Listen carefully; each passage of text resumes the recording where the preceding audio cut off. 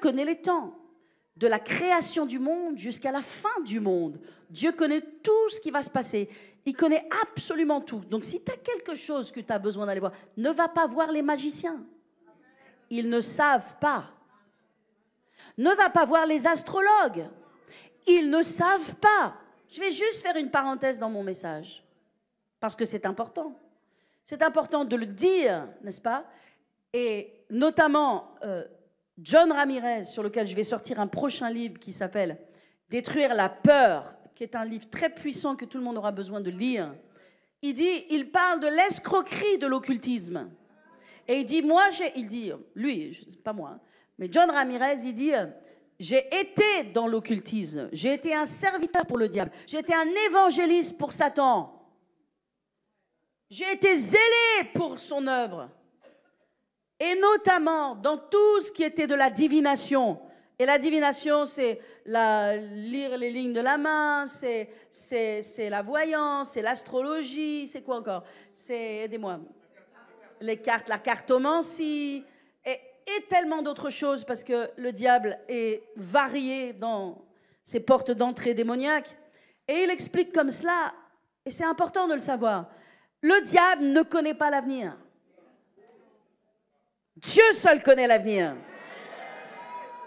Et quand les gens vont pour avoir une lecture des paumes de la main ou des lignes de la main ou je ne sais quoi, en fait, la seule chose, et c'est ça qui va impacter les gens, c'est pour ça que les gens ils deviennent complètement fascinés par ces sciences occultes, pensant qu'il y a quelque chose de si formidable, mais parce qu'il y a des démons sur la terre, et que ces démons s'appellent des esprits familiers, et que les esprits familiers et toute la création, tout ce que Dieu a créé est éternel. Donc les démons, ils existent depuis avant que la terre soit créée. Ils existent avant que le monde soit, avant que Adam et Ève ne soient dans le jardin. Ils connaissent toute l'histoire du monde. Ils se transmettent des informations des uns aux autres. S'il y a quelqu'un qui vient du Japon, qui est parmi nous, enfin qui vient en France par exemple, et les démons qui sont sur la France ne connaissent pas ce qui s'est passé dans sa vie au Japon, ils communiquent entre eux, ils disent « Donne-moi un peu des informations sur celui-là. » Ben, celui-là, dans sa vie, ben, sa mère, elle est morte.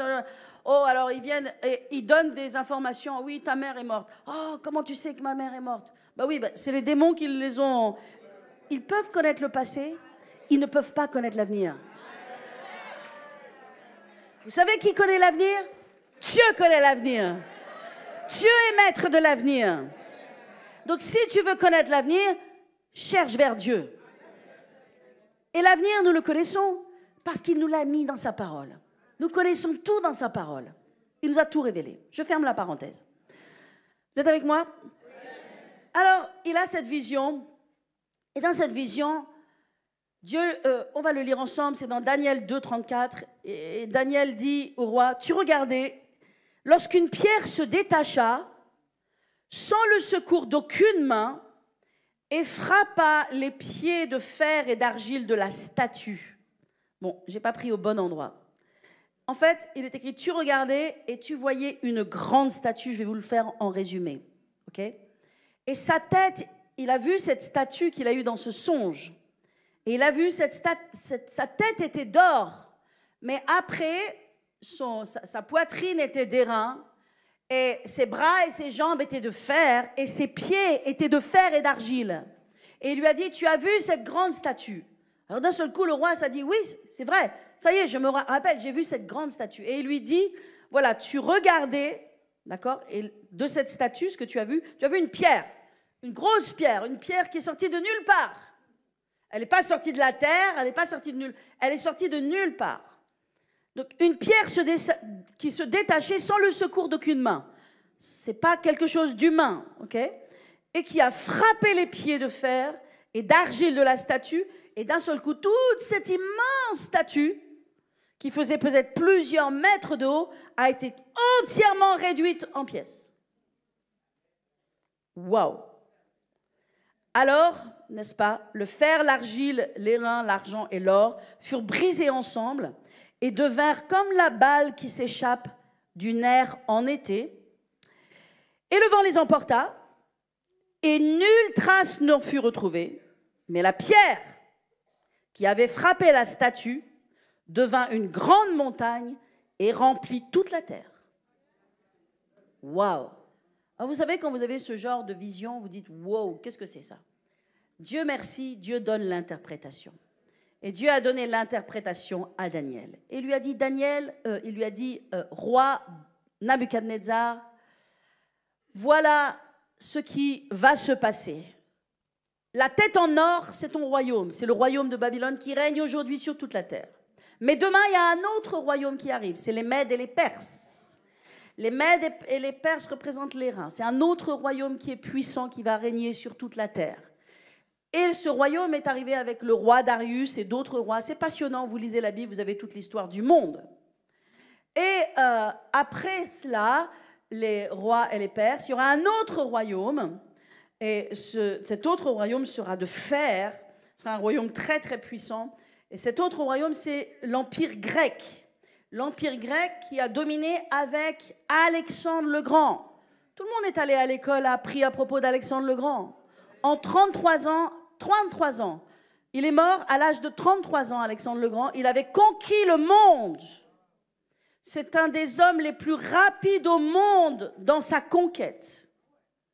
Et on le voit un peu plus loin dans le livre de Daniel, puisqu'il est comparé, ce royaume-là est d'abord dans une première vision en or, en airain, en fer, et puis après en argile.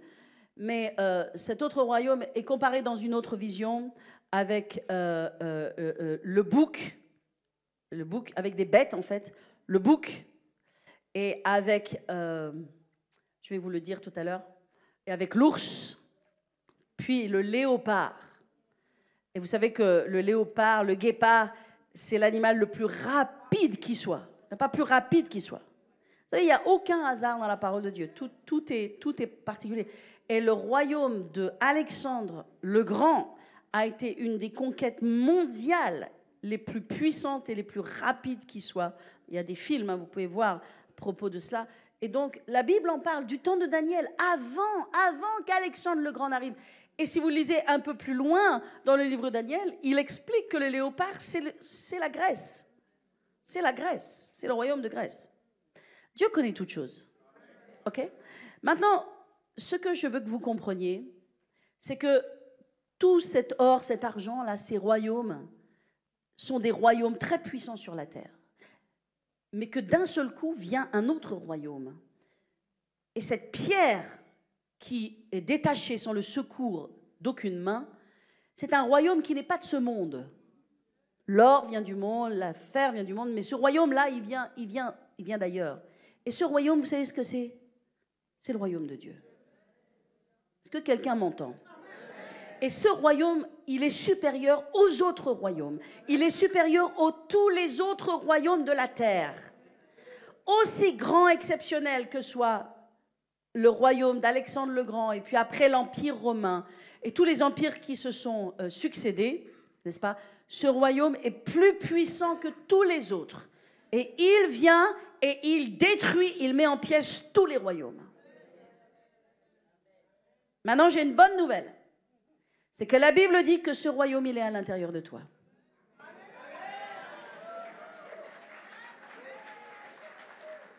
Oh, vous avez besoin de le recevoir ce matin.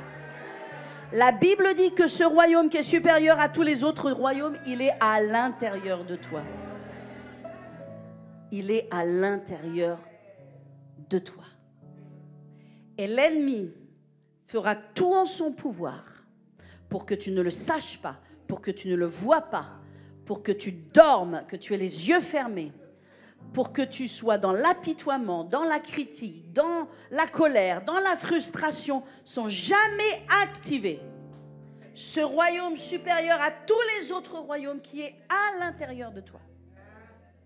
Et il veut te souiller, il veut te corrompre, il veut mettre des choses autour de toi, de sorte que ce royaume ne soit pas activé. Parce que si ce royaume est activé, si quelqu'un parmi le peuple de Dieu se réveille et réalise qu'il a le royaume de Dieu en lui et qu'il devient vraiment tout ce que Dieu veut qu'il soit, Satan sait que son royaume à lui est en danger.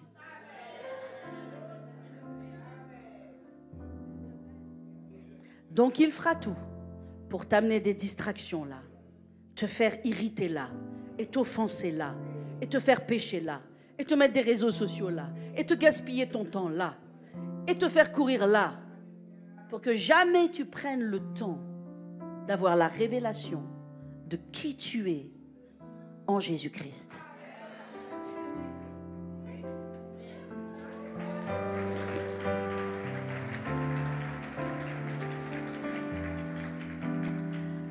Alléluia.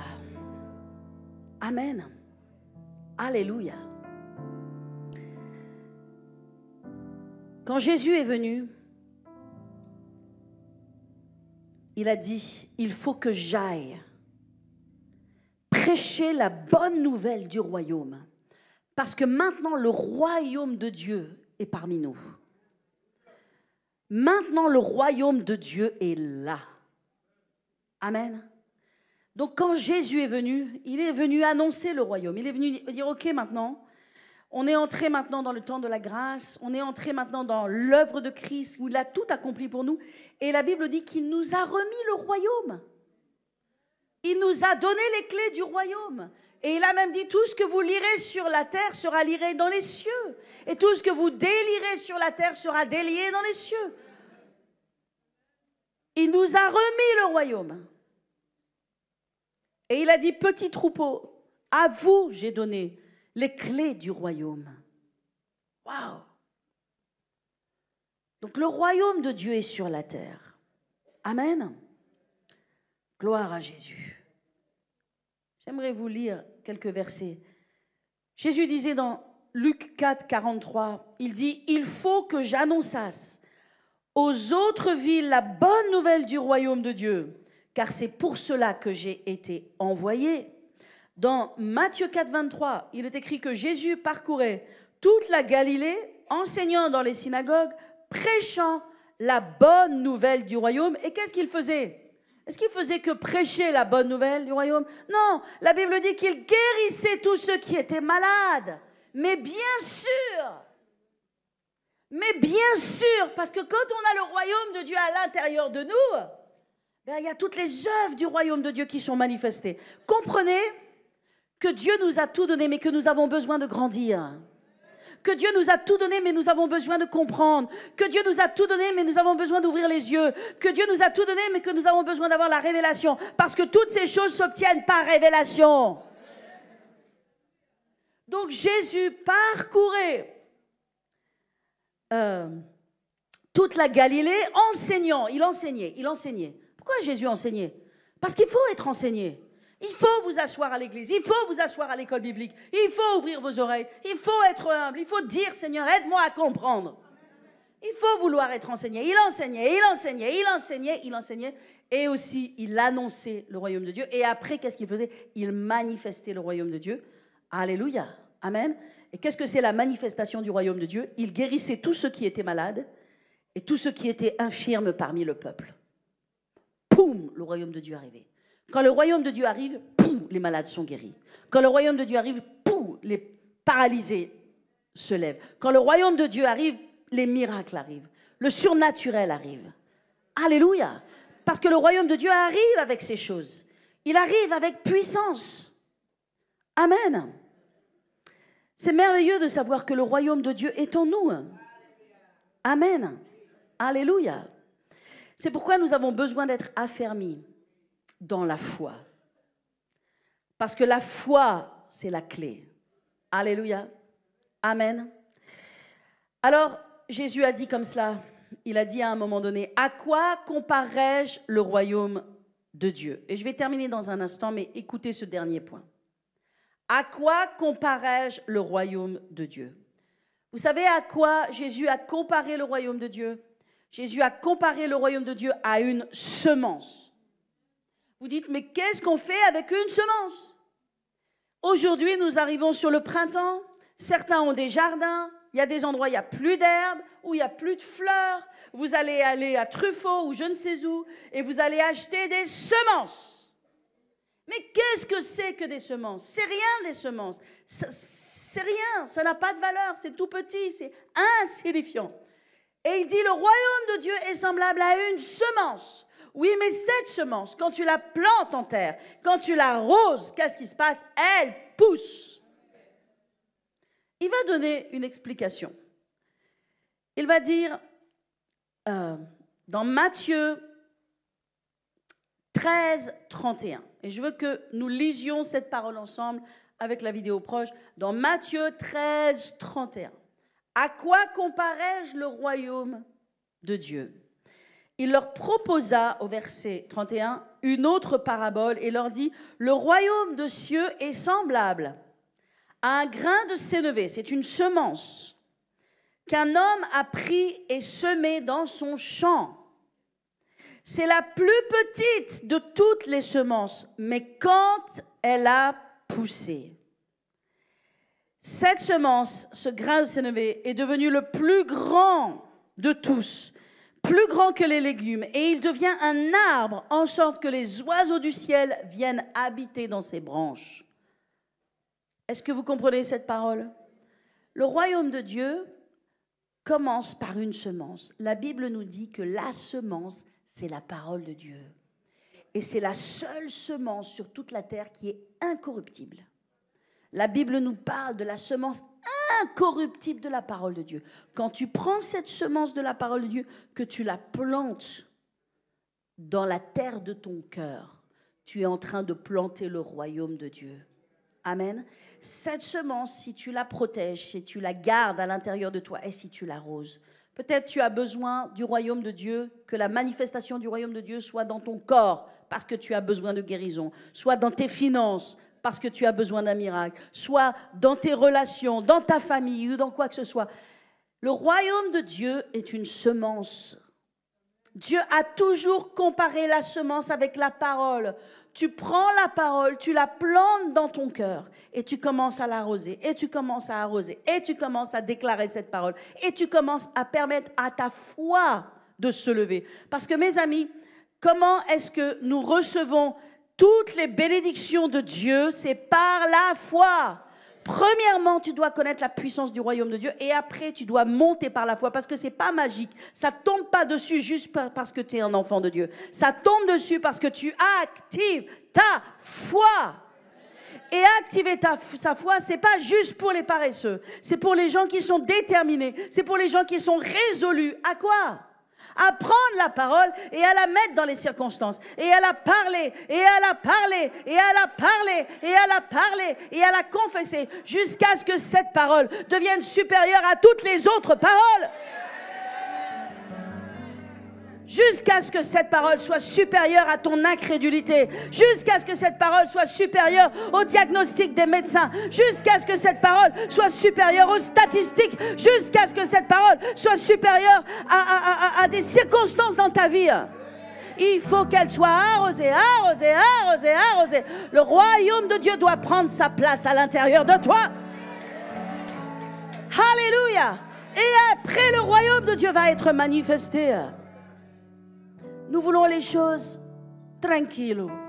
Nous voulons les choses gratuites. Nous disons, oh, il y a un appel à la prière. Tout le monde vient. Et je ne dis pas qu'il ne faut pas venir. Et tout le monde veut l'imposition des mains. Mais l'imposition des mains, c'est la façon de recevoir facile du royaume de Dieu. Il y a cette expression qui dit, quand les gens, n'est-ce pas, ont des besoins, on leur donne de l'argent, on les aide. Mais on dit, mais il y a une expression, je préfère t'apprendre à pêcher que de te donner du poisson. Donc à chaque fois que nous venons simplement pour recevoir l'imposition des mains, on nous donne du poisson, mais on ne sait pas pêcher. On nous donne du poisson, mais on ne sait pas pêcher. Et à chaque fois qu'il y aura un autre problème, il va falloir revenir pour demander s'il n'y a pas un peu de poisson. Mais tu peux avoir ta propre canne à pêche, tu peux avoir ton propre filet de pêche. Et tu peux sortir dans les pleines eaux et jeter ton filet et ramener un filet rempli de poissons. Pourquoi? Parce que tu sais comment activer le royaume de Dieu. Quel royaume qui est supérieur à tous les autres royaumes? Est-ce que je parle à quelqu'un ce matin? Quand est-ce que tu vas prendre la parole de Dieu pour tes circonstances? Quand est-ce que tu vas prendre la parole de Dieu pour ce qu'elle est? La parole de Dieu. Parfois, il faut confesser pendant des mois. Le problème, c'est qu'au bout d'une semaine, quand nous ne voyons pas, nous mettons de côté et nous cherchons une autre solution. Nous allons voir un autre médecin, nous allons voir quelqu'un d'autre pour qu'il nous dise autre chose. Nous cherchons une autre solution. Parce qu'il y a des choses, parfois, ça prend des mois. Je dirais parfois même, ça prend des années, pour certaines. Et d'autres, ça prend quelques jours. Peu importe. Mais c'est le temps que notre foi se lève. Parce qu'aussi longtemps que nous sommes dans le doute et que nous sommes dans l'incrédulité, parce qu'il faut en parler de l'incrédulité. L'incrédulité, c'est ne pas croire. C'est ne pas vraiment croire. C'est ne pas croire vraiment. Donc, on a tous de l'incrédulité. On a tous des tonnes d'incrédulité. Il y a plein de choses pour lesquelles on est incrédule. Et comment est-ce qu'on sait qu'on est incrédule? C'est qu'on ne tient pas sur la parole de Dieu. Si ça ne se passe pas avec la parole de Dieu, ben je vais trouver une autre solution et je vais trouver une autre solution. On a des alternatives. On a plein d'alternatives dans ce monde. Donc, comme on a plein d'alternatives dans ce monde, on n'a pas souvent l'occasion de bâtir notre foi. Et donc, qu'est-ce qui se passe? Notre foi, elle est faible, elle est peu exercée. Et donc, quand il faut un effort de persévérance, un effort de patience, ben, il n'y a plus personne. Vous savez pourquoi? Parce qu'on est habitué à voir les choses rapidement. On est habitué à voir les choses rapidement. Ouais, mais s'il faut te déclarer et confesser quelque chose sur ta vie, ta famille, ta santé pendant 1 an pour que le miracle se produise. Alléluia, peut-être qu'il faudra 1 an pour que ta foi se lève, 1 an pour que tu crois, 1 an pour que le surnaturel te touche. Et alors? Et alors? Et alors? Daniel était résolu. Est-ce que tu es résolu?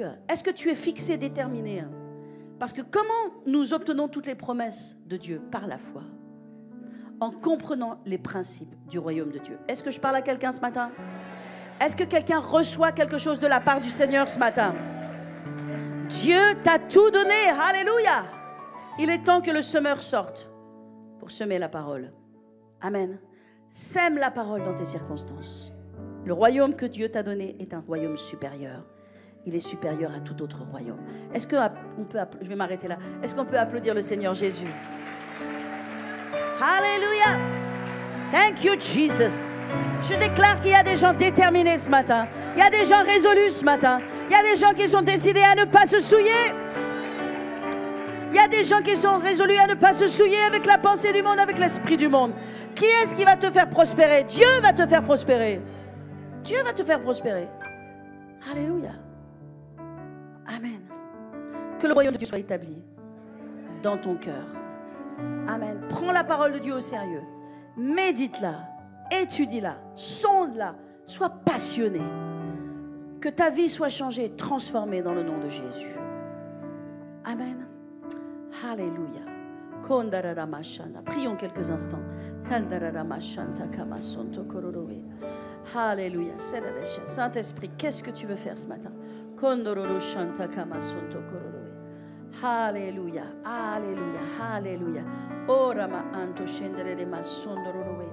Ora ma anto scende che ma sondororowe. Thank you, Jesus. Alléluia. Alléluia. Merci Seigneur. Merci Père. Merci Seigneur, que la foi se lève dans les cœurs. J'aimerais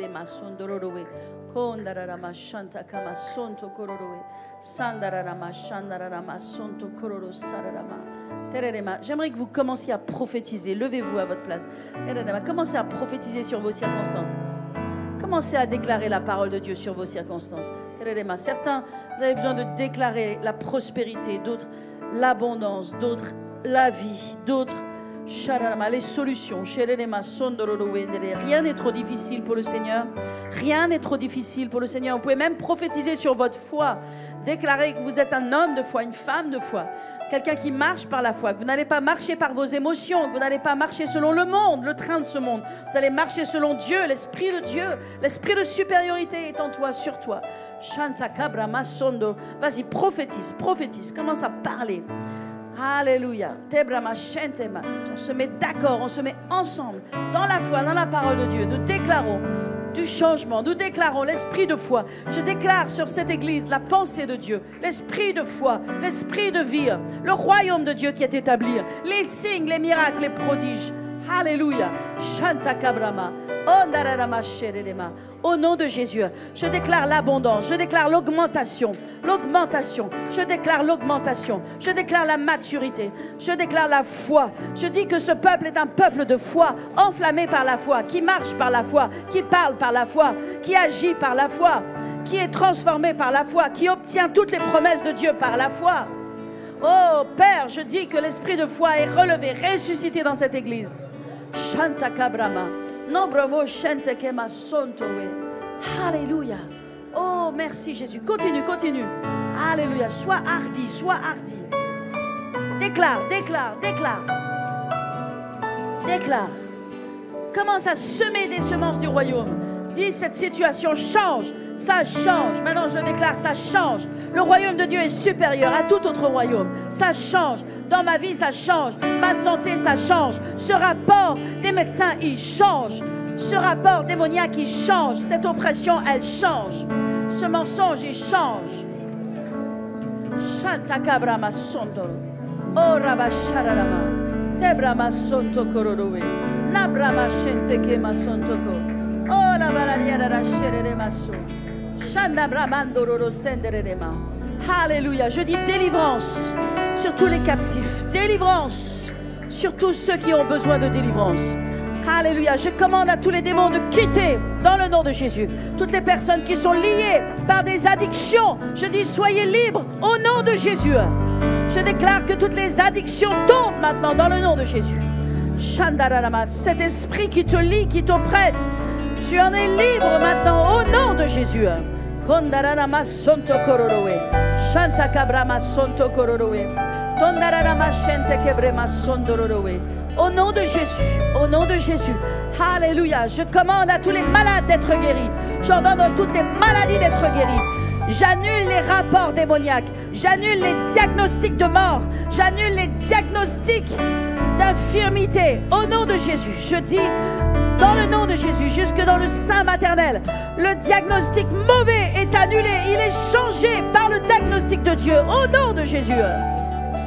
Je le déclare, le royaume de Dieu est établi dans notre vie, dans la vie de nos enfants. Au nom de Jésus.